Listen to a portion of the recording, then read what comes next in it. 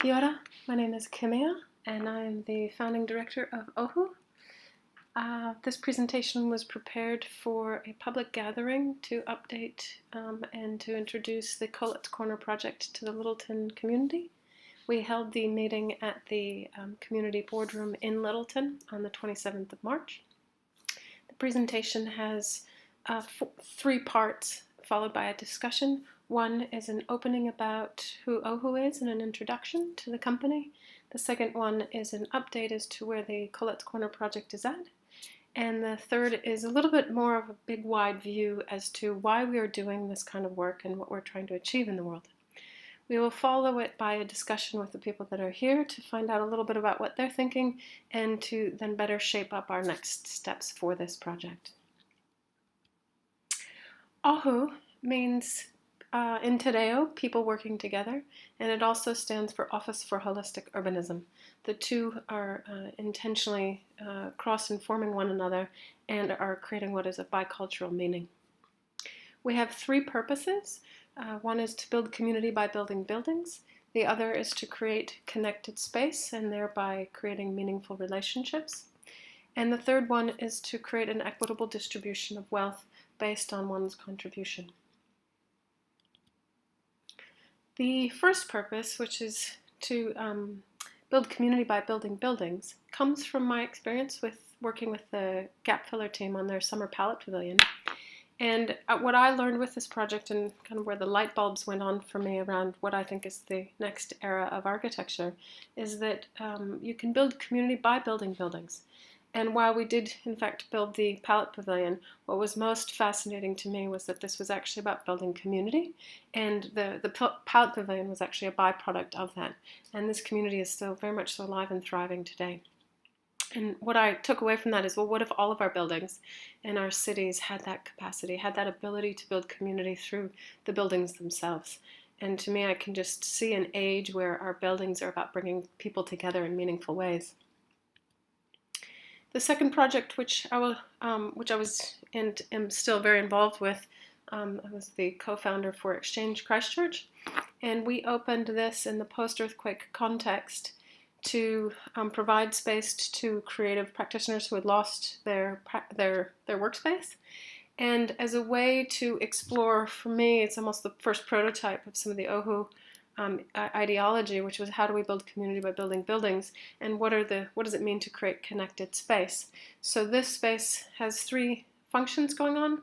One is the production space for creatives to develop their practice. The other is the showcase space for creatives to showcase what it is they're working on. And then if you're sharing your work, you need the public to come in and see what you're doing, and that creates this feedback loop. What happens is then you're actually creating a connected space, quite literally, where people are meeting and sharing and talking about a common purpose, which in this context is, we call it cultivating a creative ecology. So this was the exchange. This photo was taken about a month after we opened, and this is what it is today. We have many events, sometimes 5 or 6 a week, and we have a number of probably around 20 different residents who work out of the exchange at this stage. And it's this gentle overlap of these three programs, these three activities, that creates that connection and creates this kind of meaningful place to create relationships and a sense of belonging to something. OHU is effectively a property development company with a community-minded foundation. And so what does that actually mean? Well, essentially we do everything that property developers would do, so understanding what it takes in order to create a viable financial project and to create a strong financial return. But on top of that, we add this notion of community. How do we actually build community at the same time? And so that is identifying a common purpose, developing a values-aligned approach to decision-making, making sure that it is collectively owned by a community, and that there is an equitable distribution of wealth relative to the income that's generated off of the project. And hopefully, ideally, what we do is we move away from this extractive notion of economics and into more of a regenerative approach to economics. That means we all earn a little bit rather than a few people earning a whole lot. And at the core of it is this notion of creating a strong social architecture that precedes a physical architecture. in order for these projects to really come together, it takes a diverse team that is bringing together property development skills, legal skills, financial skills, and at the heart of it, this notion of community building skills. And that's what's very different about, let's say, community-minded property development versus a typical property development. I often use the word community, and in this context, and as I use it, I mean a group of people who come together around a shared purpose. So that's a little bit of a background on Ohu, and now what I'd like to do is shift towards this project, Collett's Corner. We have a number of other projects which I won't share with you this evening, but if you're interested in them, you're welcome to go on our website and learn a little bit more about them. Collett's Corner is our first project that we're leading, and so we're prototyping what it means to collectively own assets and to create that with a community in mind. So what we've done so far is last year we started to, as best we could, figure out how to listen to, let's say, the local Littleton community. And Jules Lee went out and stood in every market and asked people what they thought. She interviewed all of the market stallholders, a number of the business owners, and she started to cull what would be ideas for the site. And from that, we've developed two different options, which I will share with you. But before we go that far, what was there before, to refresh our memories for the people that were in Littleton, but also for the people that weren't there, there was the Empire Hotel, which was a historic hotel, and that was lost in the first earthquake in September of 2010. And then there was the pharmacy and Leslie's bookshop on the corner, and the Maritime House just behind that. So there was 3 different buildings on the site. The site itself is actually, it's joined of 2 sites, and together it's 974 square meters. There is a slope that goes down Oxford Street towards the port, which actually means that you can have access to a lower basement level. And unfortunately, we also have a brick barrel vault drain going through the site, which does interrupt what we can build at the basement level. The planning constraints allow for or permit 65% site coverage, but we put this slide in to explain that some of the things in our planning restrictions may be up for further negotiation and further testing. In the previous buildings and site coverage together, they came out at about 69%. There was the one lot had 54% site coverage. That's with the Empire Hotel, and then one lot had 82%. And when you combine those two across the full site, it was around 69%. That is above the permissible site, and we may make a case for increasing the building footprint and therefore creating more built area, which would create a greater return for investors. The permissible activities on the site is residential and guest accommodation and or commercial above grade. And at grade it needs to be commercial and activate the street front. And then underground we can either put parking or commercial. And again, that underground is accessible potentially by a future laneway that goes on the back edge of the site. And so there may be some consideration for what we do at that underground level. The picture here is a photograph of the Brick Barrel Vault, which is a heritage and still an active stormwater drain. So unfortunately, it was built when Littleton was settled, and it has yet to be replaced. And so many sites, unfortunately, in Littleton have to deal with this, and we will as well. So where are we currently? We have passed through what we call our listening phase, our early listening phase. We will be listening throughout, but the very beginning just starts with listening and trying to figure out what is it that this community really wants. And from that we derived 2 options, and now what we're doing is we're testing into what of those 2 options would be a viable investment, as well as which one does the local township really want to see built on this corner. So we're in the middle of what we call our scoping phase, and we will soon be entering into our design and planning phase. Depending on which option we go with, our target is to open the building in 2020. The two options that we're currently looking at, which were based on input from the listening phase that Jules Lee led, and it was a compilation of a whole bunch of feedback from around 50 different people, and coming together of what these two could actually be.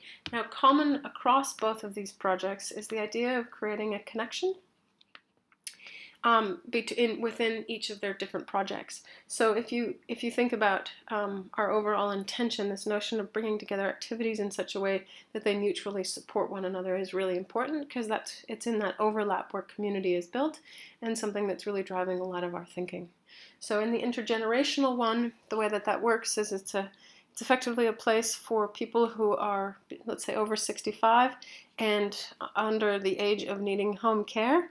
And it's a place where it's a little bit too difficult to get in and out of your home and up the steep hills, and you've retired, but you still want to be in and amongst it, and you still really enjoy the activity of daily urban life.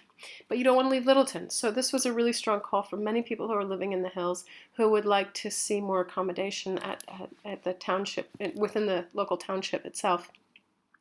At the ground level, we were talking about putting in a co-working space. There was a lot of local community groups who were saying that they don't really have anywhere to work, and there's a number of people who are working out of their homes that would like somewhere to work locally. And this would actually create a really strong connection between community groups, people who are working out of their homes, and as well as connecting into the elderly above who may want to participate in some of those projects.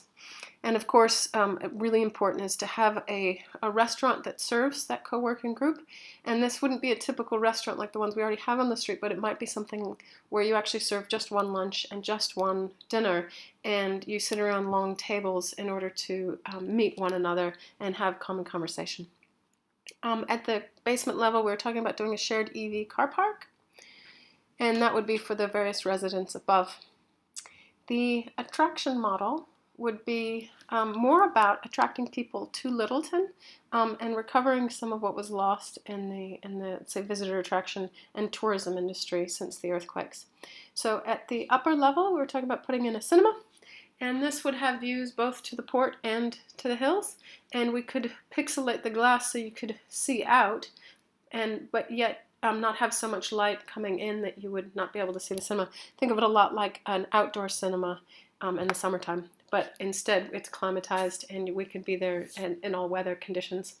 This would also have a really nice bar, so that it would be quite a high-end boutique cinema and quite an experience. So coupled with that is a hotel / backpacker.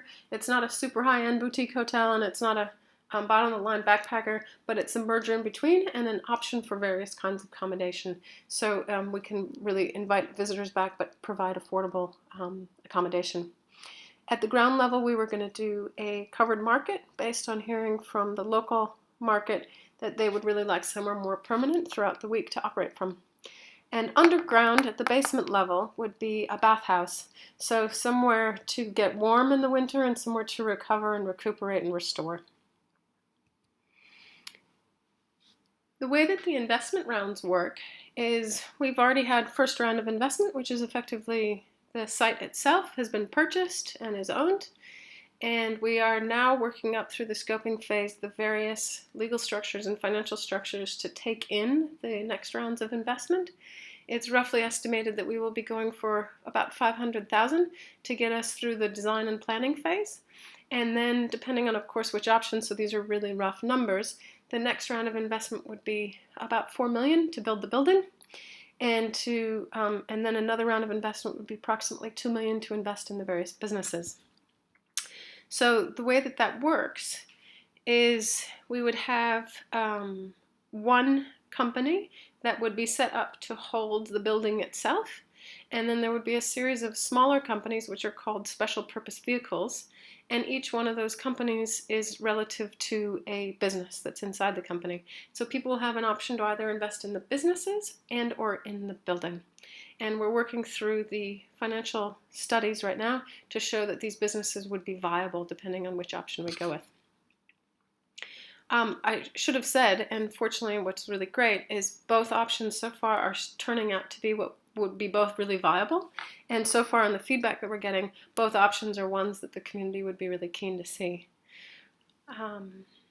So how can you be involved? There's a number of different ways. If you're just interested to stay informed, please jump on the OHU website and join our newsletter. If you are interested to be a future tenant and or a business owner, please do get in touch, because we would really like to work with you very early on. And that's, I think, the beginning of what would be the forming of the community that this project would truly serve. So we are really actively looking for what would be future tenants and business owners. If this is a project you would like to invest in, again, I would really encourage you to get in touch and to potentially join our newsletter, because we will be doing a lot of announcements both through Facebook and our newsletter to share with people when investment rounds are open. And then there's another option, which is to join our development team. So if you have skills that you would like to be able to share with our with this project, please do get in touch. And if we have, as we build the team, if we have capacity, we'll certainly look at who's interested in joining the team. To stay informed, again, there's a Facebook Collett's Corner page. There's our newsletter. There's the public gatherings to seek feedback. We will be doing more of those, so stay tuned. We will do some shareholder meetings for potential investors. And the one thing that I would really ask, because we are not the council and we don't have a huge marketing budget, is the more successful this project is the more people we can reach. And so if you can help us to reach people by sharing this, we would be grateful. Thank you. Our next steps are to develop the investment memorandum, and that should be coming out in the next month or two, hopefully by May at the latest. And we will choose which option to progress with by then, and so we'll be sharing that in the investment memorandum and the reasoning behind which option we were choosing. And we are seeking early stage investors for that initial $500,000.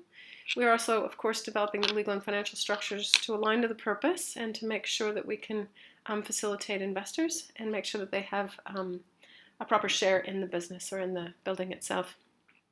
And we will then be doing a design brief, and hopefully, if we can get NZIA's approval, we would like to hold and host a design competition so that we can have a real conversation about the different designs that would be possible for this site. And so if you're an architect and or would like to be a part of a design team, definitely get in touch, because that will be coming up quite soon. And then, of course, the last step would be to choose one of those designs and engage a proper design team to move into the next phase.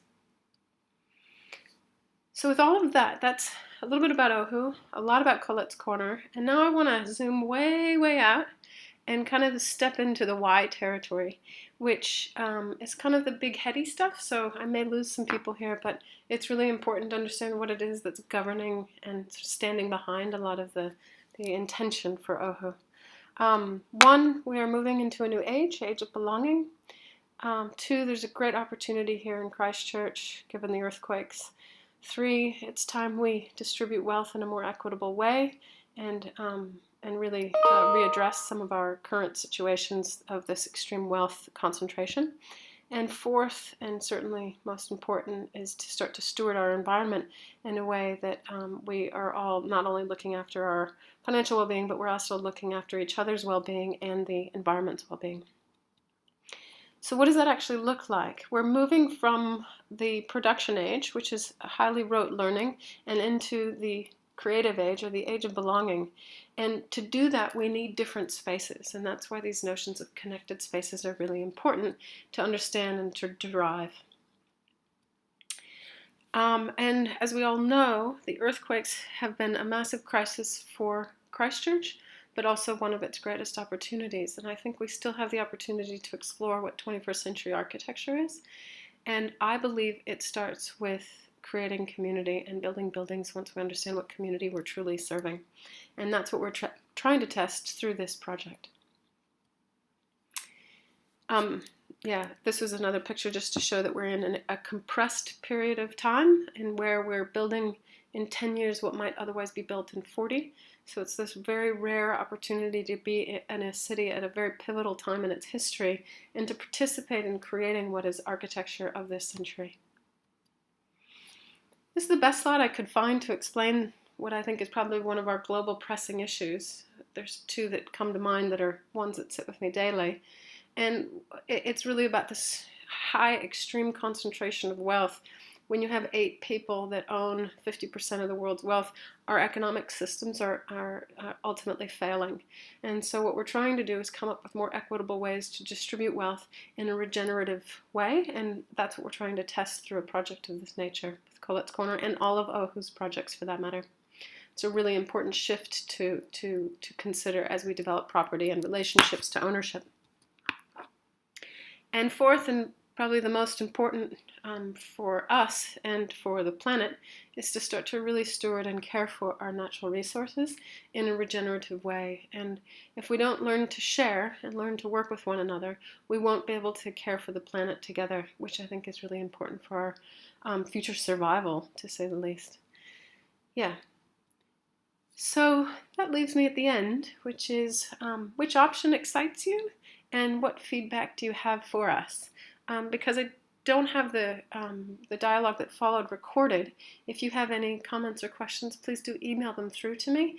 My email is Camia, C-A-M-I-A, @ohu.nz, and we will be sure to follow up with you. In summary, the feedback that we had from the discussion that we had on the 27th was that people didn't know about it, and so we have a lot more work to try to figure out how to reach people with our limited resources. And people are very excited about both of the options, but would like to see a hybrid with perhaps the attraction model, but instead of the market, they were more leaning towards the co-working space, restaurant, and a shop. There were a number of other very interesting discussions there, and again, we will be hosting more of those gatherings, so please stay tuned through our website and our social media. Thank you very much for your time.